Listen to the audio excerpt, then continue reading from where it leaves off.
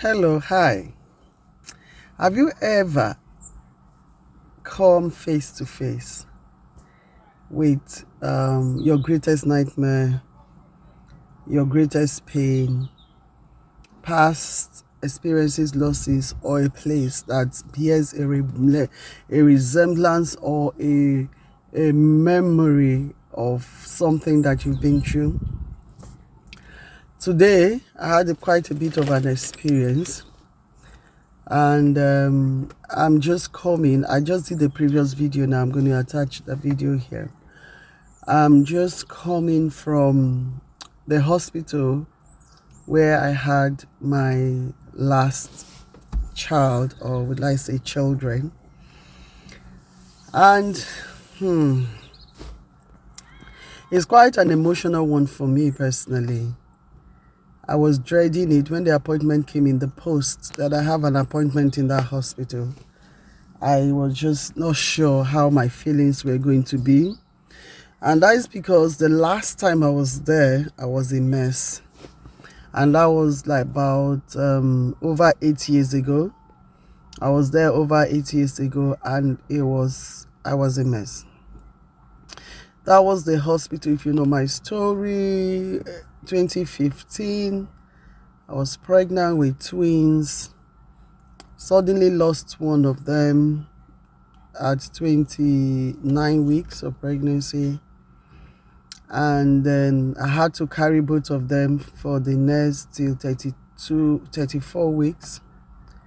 One stillbirth, then the other one was born. That is Jemima, and the stillbirth baby was Janice. I lost Janice. I had Jemima in that hospital. And from the moment I went to that hospital, my regular antenatal, and because it was twins and identical twins, my appointment was weekly, unlike other antenatal appointments, which were, I think, fortnightly or something like that. But I had weekly appointment because of what they call the TTS. TTS is twins trans something syndrome. Okay. So what I was explained to me, because and then I wasn't seeing midwives. I had to see a consultant. What are they called again? Oh dear, my memory is all over the place. All right. Anyway, I had to see the consultant at the hospital, so I was making a weekly visit. So I was very familiar with that place, familiar with that hospital, until that unfortunate incident happened, and it was terrible. So from there onwards, I started making weekly appointment to St. Thomas, Central London, and then I was coming also to Darren Valley every week. Then later I became 2 weeks Darren Valley, every week St. Thomas. Heavily pregnant woman. I was making all this trip. It wasn't funny. And each time, every appointment was horrible news. After MRI, because Janice had passed, I was told that the blood clot had gone to Jemima's head, and it has caused severe injury to her brain. I was under pressure every appointment to terminate. I was told all the horrifying results of the injury. I was told so many things that she's never able to do. I still, to this day, I haven't gone back to look at it. I'm sure I have it somewhere. The CD was printed, the MRI CD was printed. The neurologist had said to me how she was not going to be able to do XYZ, and that it was better to terminate. I refused to do that, and I thank God for the support of people I had around me. It was a terrible time for me. It was a terrible time for me. Terrible. Eventually, with the day I had Jemima and Janice, I personally became very ill after having them. So I spent 2 extra. Jemima was in the special care because she was premature, 6 weeks early. Janice had lost, and then I took ill. I was supposed to, after delivery, normally you move from the delivery suite to the maternity ward. That never happened. I was there for 2 weeks, battling with my life. Hormonal test was run, nothing showed up. I was literally going, and it was terrible. It was terrible. The kind of pain I've never experienced in my life, I went through it this period. So after that, to the glory of God, miraculously the Lord restored me, healed me till this day. Went home. So Jemima now, to the glory of God, all that they said was going to happen never happened.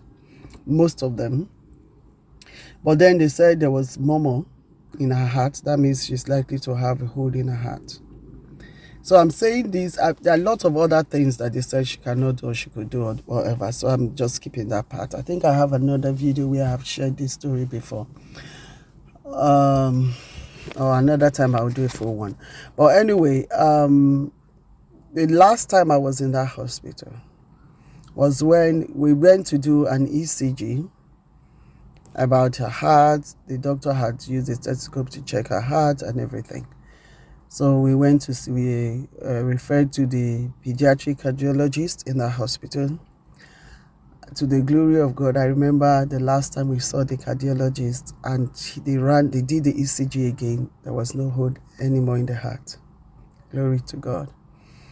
And then from there, the last time I was there literally was 2016, where I had a meeting with the consultant and other professionals to discuss the cause of Janice's death. That was very painful when I found out how she died. It was so hard. First, going back to that hospital, then Jemima was just 3 months old. The memory of all my journeys there, the memory of all my experiences there, it was really hard. It was really hard. So, and at that meeting, to be told that my daughter died of strangulation, that she had the umbilical cord around her neck, and it was so hard. It was hard. I cried from that meeting, cried all the way home.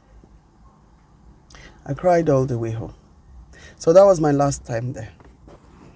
So going back there today, I wasn't sure how my emotions were going to be. I braved myself for it, going there, walking the paths I had walked. And for Jemima, it's her first time, since she's grown.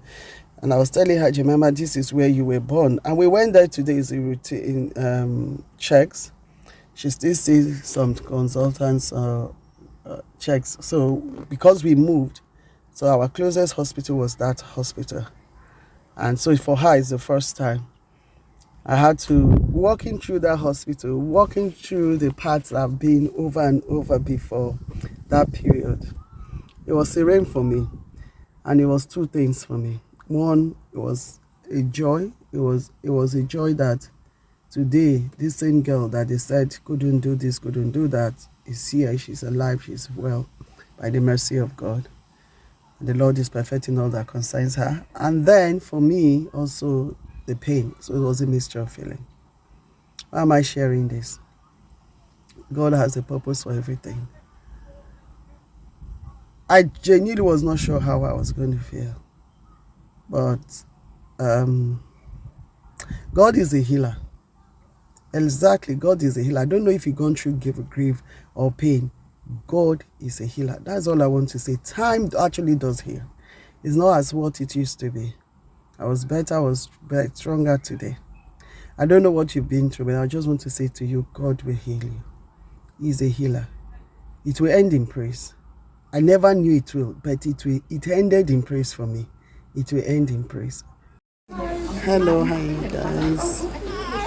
This place holds a special memory for me. It was a very, very special memory for me. It was about 9 years ago. I remember being in this place to see the pediatric cardiologist.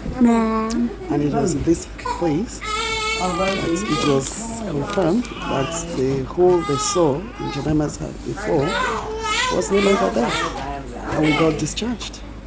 That was when she was a little baby. It's a miracle baby. I haven't been in Darren Valley for 9 years. So coming back here is a bit serene for me, and brings back memory, both good and bad.